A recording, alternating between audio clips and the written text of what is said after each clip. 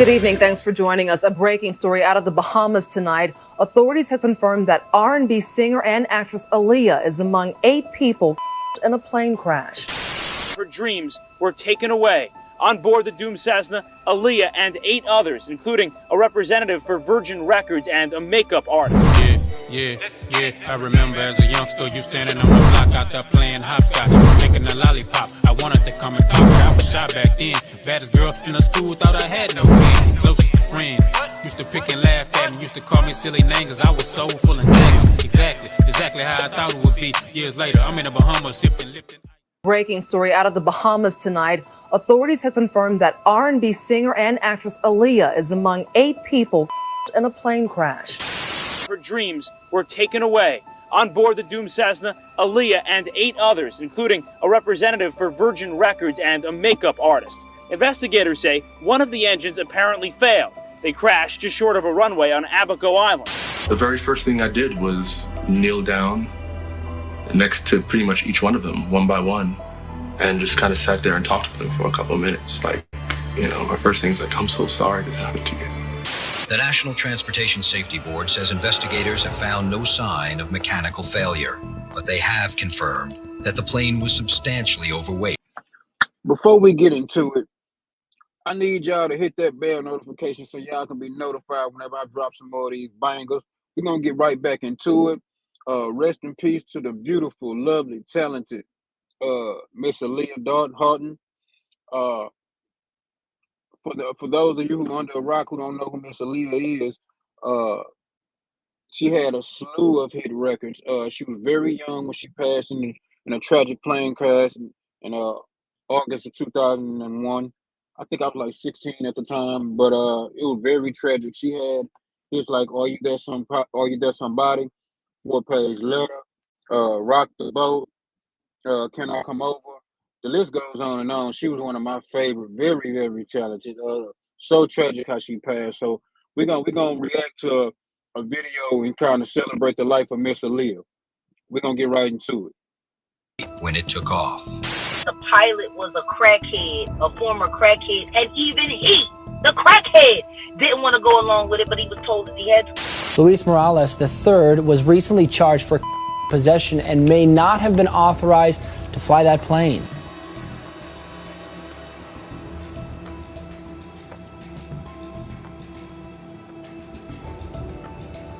Leading up to the year 2001, the world's heart was stolen by a bright star in both the music and film industry. At 22 years of age, Aaliyah Haughton was not only an actress who starred alongside the legendary Jet Li and DMX in the film Romeo Must Die, but she also earned the name the Queen of Urban Pop for her mesmerizing vocals, trendy style, and versatile talent. The reason a lot of us liked Aaliyah, because Aaliyah was so, she was so suburban, but she liked hood dudes. She was beautiful. She was like the type of female that men would actually want to protect. She was just so sweet. So what's her name? And she wasn't going around twerking and trying to fuck these niggas and trying to get them for their money and doing all these other stuff these females do today. Aaliyah danced, but she danced in a certain type of way. She actually danced. These females all of them just twerk and call it dancing. But I digress. Let's keep pushing.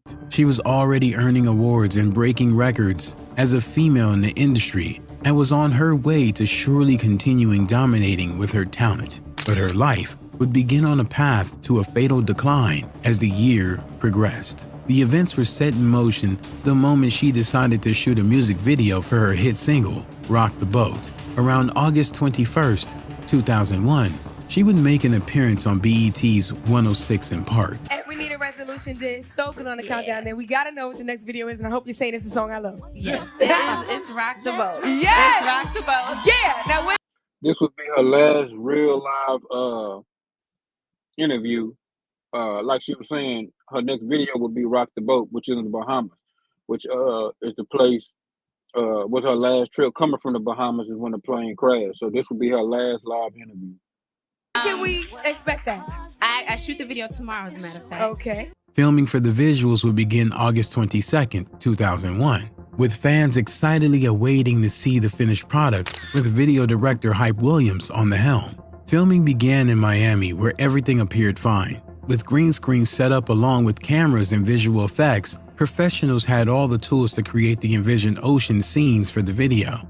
However, August 24th, as filming continued, the decision was adjusted to film on a beach in the Caribbean island of the Bahamas. The itinerary for the music video was not an easy list to complete. There were numerous scenes inclusive of choreography to perform, so understandably, it was exhausting for the star of the show, Aaliyah. Still, on August 25, 2001, the final day of filming, Aaliyah, along with the filming crew and dancers, showed up and showed out as she performed like the perfectionist she was. Before wrapping up and getting on a boat to depart the location, close friends and video choreographer Fatima Robinson recalled at the end of the video shoot, Aaliyah was exhausted and ready to be on her way back to the States. The shoot wasn't supposed to be over until the following day, but having captured everything they needed ahead of time, her trip back was pushed forward that same August 25th. Her boyfriend and renowned music figure at the time, Dame Dash, was going to meet with Aaliyah in Miami to spend time together, while she was also scheduled to meet up with rapper Freeway and Beanie Siegel. See, I didn't even know she was gonna do a remix to a song with them two boys. I didn't even know. That would have been dope, man. That would have been nice. To collaborate on a remix of their song, Rock the Mic. With the music video finished ahead of time, everything was falling right into place. But something would fall out of place, ending Aaliyah's life before her arrival to Miami. The shoot, we was in Miami, and we actually, when Aaliyah passed, she was on her way to Miami to come to the studio with us. Aaliyah would get onto a boat with a couple of members from her crew, and off they went. Fatima Robinson will take one photo before they left. Unknowingly to her, that would be the last time she would ever see them again. Aaliyah and her entourage would arrive at the Leonard M. Thomas International Airport, formerly known as the Marsh Harbor Airport, in the Abasco Islands of the Bahamas. That's when her instincts began to kick in, probably trying to save her from what was about to happen. Aaliyah would message her boyfriend Dame, informing him she wasn't comfortable flying on the plane that was charted, as it was the smaller model Cessna.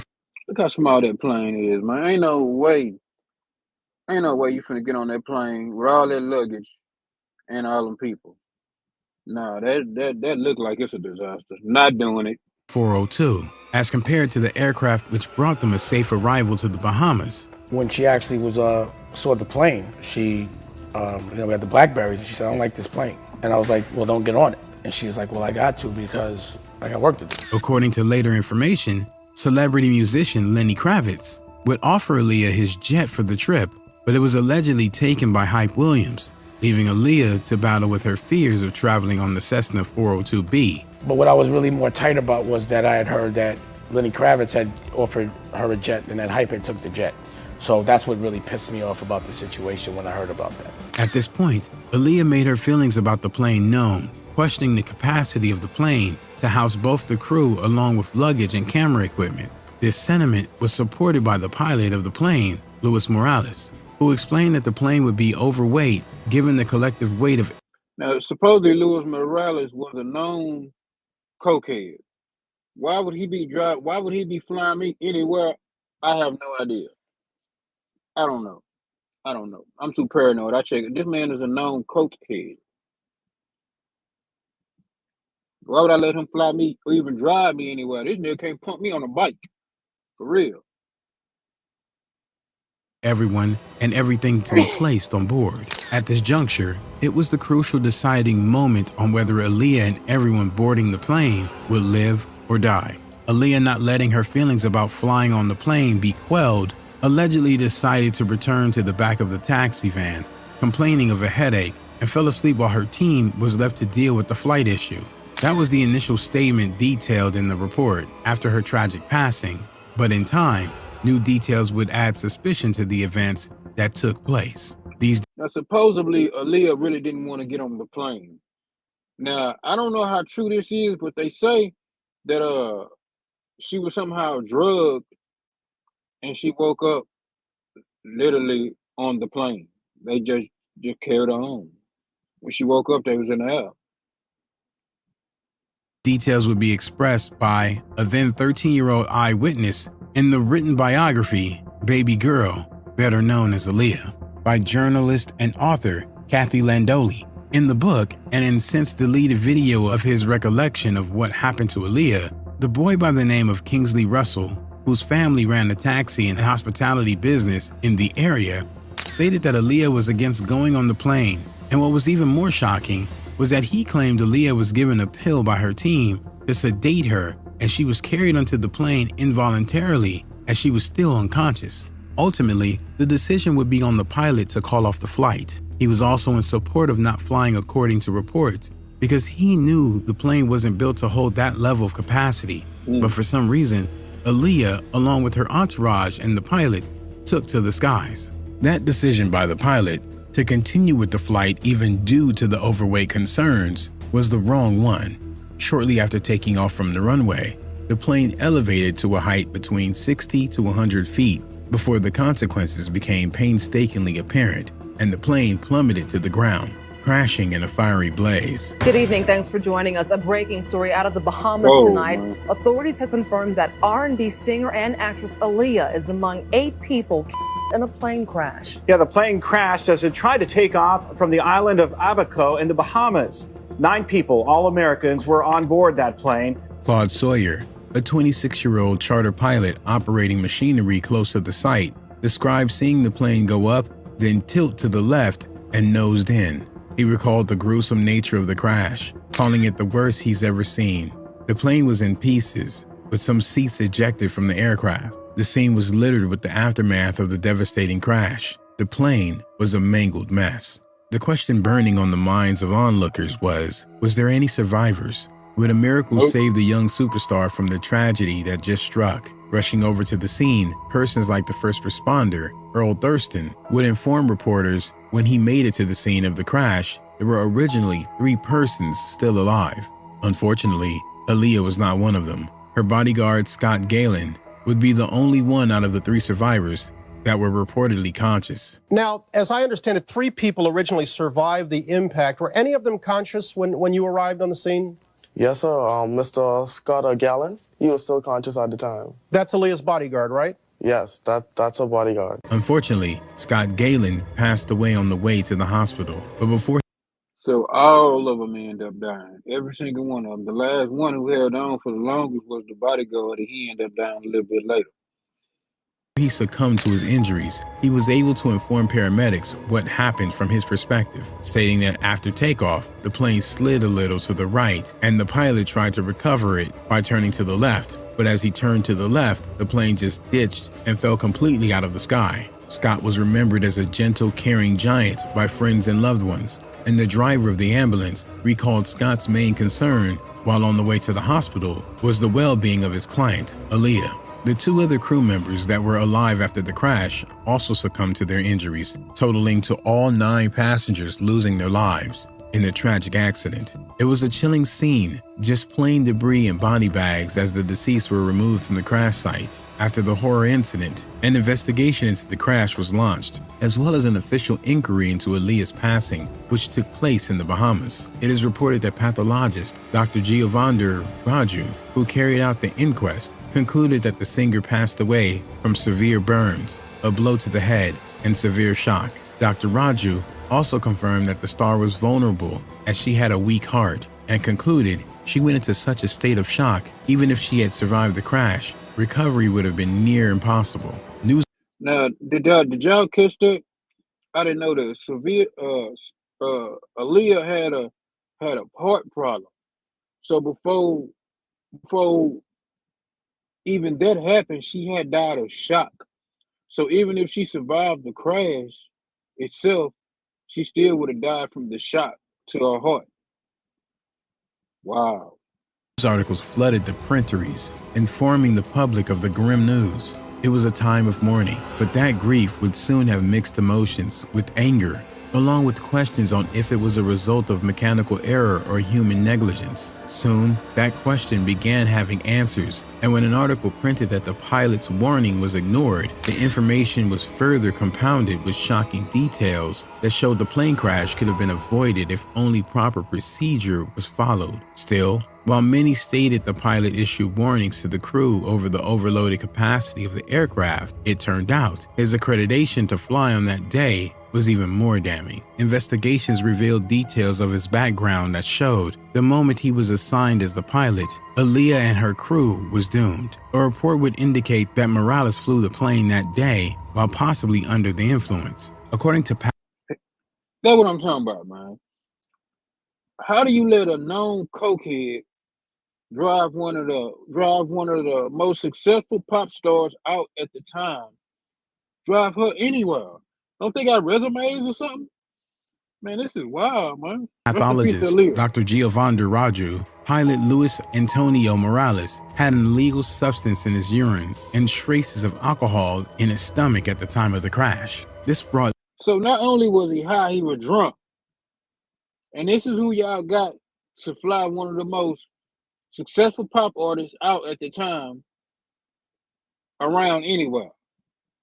Come on, man. We got to do better than that, man. Widespread speculation as to if that impaired the pilot's judgment in deciding to fly over 700 pounds, exceeding its capacity, leading to the plane crash. It seems everyone from the taxi driver chauffeuring Aaliyah around the Bahamas to a custom official all had the same concerns about the overweight flight, yet pilot Morales gave in and took off nonetheless. These findings opened a slew of more shocking details. According to reports, just 12 days before the plane crash, Morales was before a judge in Fort Lauderdale, Florida. A then 30-year-old Luis Antonio Morales was accused of 3 felonies: stealing a toolbox and a toy airplane, trying to sell $345 worth of stolen aircraft parts, and possession of an illegal substance. Now look at this here. 12 days before the plane crash in the Bahamas that killed R&B singer Aaliyah and 8 others, 6 of them from Los Angeles, the man whose judgment is a key issue in the incident stood before a judge in Fort Lauderdale, Florida. Luis Antonio Morales, 30, was accused of 3 felonies: stealing the toolbox and a toy airplane, trying to sell $345 worth of stolen artifacts. Man, that whole label failed that girl. Ain't no way she's supposed to get on that plane. There's no way, man. Since they were his first offenses, Broward County Circuit Judge Royce Agner opted for leniency, handing down a sentence of 3 years probation. The charter company Black Hawk International Airways directly came into question, as it was also found that Morales became a pilot at the charter mere days before the fatal plane crash. Not only that, but they violated FAA rules because the FAA requires a list of certified pilots to be used for each charter aircraft, and Morales was not on the list provided by Black Hawk International Airways, which operated the flight boarded by Aaliyah and her entourage. Following a scathing report by the FAA, it was alleged that the pilot was not approved to fly the aircraft, stating that Morales had falsely obtained his FAA license by showing hundreds of hours that he'd never flown. Further, so not only that, that's why we gonna get into it. Man, hit that bell notification so y'all can be notified whenever I drop these videos, man. We getting into it, man. Now we getting to the meat and potatoes of what's really going on. Not only was the man a thief, an alcoholic, a cokehead, the man didn't even know how to fly a plane, y'all. We talking about one of the most successful pop artists out at the time. The man didn't even know how to fly a plane. How did this man get behind the wheel? I mean, I don't understand it, man. I don't understand it. Like, you can't make this shit up, y'all. You can't make this up, man. Rest in peace to Aaliyah, man. They failed you, baby girl. They failed you. leading investigators Randy Butler of the Civic Aviation Department stated that neither Black Hawk nor Skystream, the plane's registered owner, had a permit to operate commercial charter flights in the Bahamas. Reports went on to state that a check of FAA data shows that Black Hawk had numerous breaches in regulation and aviation compliance, from failure to meet FAA maintenance requirements to fines for failing to comply with the flight and maneuvering regulations of a foreign country. So if y'all can see this, basically the company that was flying Aaliyah had all type of violations. Man, I guess I'm not understanding. If she's under management and she's so successful, did nobody do a background? The background on the company came back shady. The background on the pilot came back shady. This was a whole screw up by the label from the get-go. Look at all of this. You can't make this up. Y'all can't make this up, man. This was a whole screw up by the label. I blame the label, the management company. They dropped the ball on this girl. To failure to test some employees for illegal substances, to their heightened accident rates surpassing even legal commercial airline carriers, their history held questionable patterns. Aaliyah's family would launch a lawsuit against Black Hawk International Airways Corporation, Skystream Inc., and Gilbert Chacon, along with flight broker Atlantic Flight Group, and in 2003 would settle for an undisclosed amount. To this day, speculations still linger about Aaliyah's death not being an accident, but planned, giving the allegation of her being sedated when carried onto the plane. Fingers were pointed to her entourage, her boyfriend Damon Dash, Jay-Z, and even her own family, especially her uncle Barry Hankerson, who founded Blackground Records, to which Aaliyah was signed. An associate by the name of OG Pyru, Ayatollah Marv. When Aaliyah dies, I was with Barry when Aaliyah died for a wrongful death. He got paid $90 million for her death. Aaliyah was something special. Whoa, whoa. That puts a different spin on things. Did y'all just hear that, man? Let me. I didn't know that. Let's go back a little bit. Let's go back. That's a serious accusation. 90 million? With Barry when Aaliyah died for a wrongful death. He got paid $90 million for her death. Aaliyah was something special. What I want my legacy to be, what I want people to say when I'm long gone. I want people to look at me as a full-on entertainer and a good person. The loss of her life forever lingers on the hearts of those who knew her and to those who came to know her through her music. Rest in peace, Aaliyah. Hope y'all enjoyed that video, man. Thank y'all for tuning in. Thank y'all for showing me love. Thank y'all for doing all that. Hit that bell notification so y'all can be notified whenever I drop more videos, man. I love y'all. Peace.